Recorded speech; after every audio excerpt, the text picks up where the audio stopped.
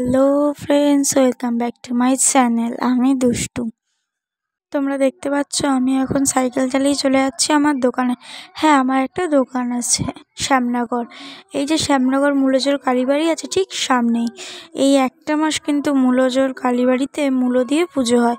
আমার দোকানের লোকেশানটা আমি পরের কোনো ভিডিও তোমাদের পুরো ডিটেলসে দেখিয়ে দেবো। দোকানে কিছু কাজ ছিল তাই আর ভিডিও করতে পারিনি, তাই একবারে দিদি বাড়ি এসে ভিডিওটা করছি।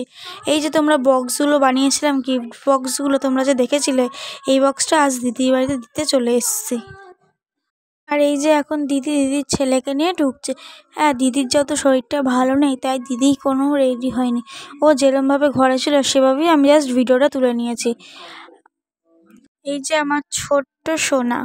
অনেকে বলছে ও নাকি আমার ভাগনা হবে, আবার অনেকে বলছে ও নাকি আমার বোনপো হবে।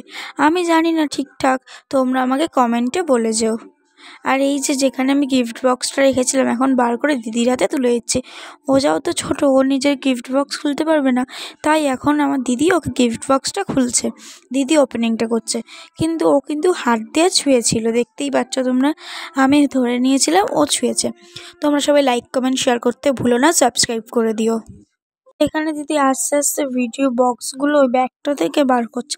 প্রথমে এই ফার্স্ট বক্সটা বার করেছিল, কিন্তু একটু করে বক্সগুলো খুলছিল। আর বাচ্চাটাকে বলছিল, আমার ভাগনাকে বলছিল যে দেখ এইটা তোর মাসির, ওর জন্য এনেছি, কিন্তু আমি ভয়েসটা কেটে দিয়েছি।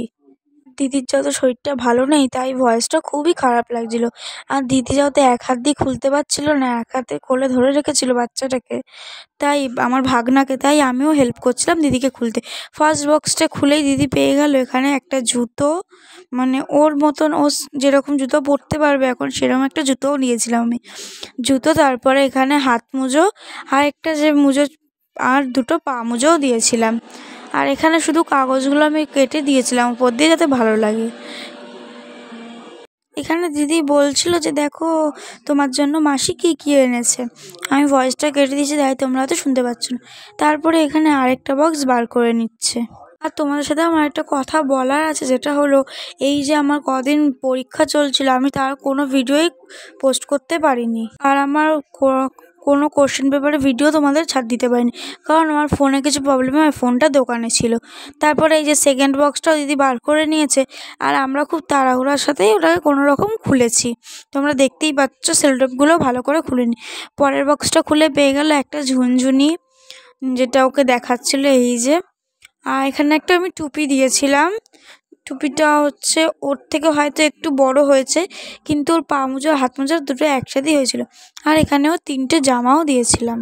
আর আমি তোমাদের পরে একটা শর্টস মিনি ভিডিওতে আমার সব কটা কোশ্চেন পেপারের ভিডিও ছেড়ে দেবো, তখন তোমরা দেখে নিও।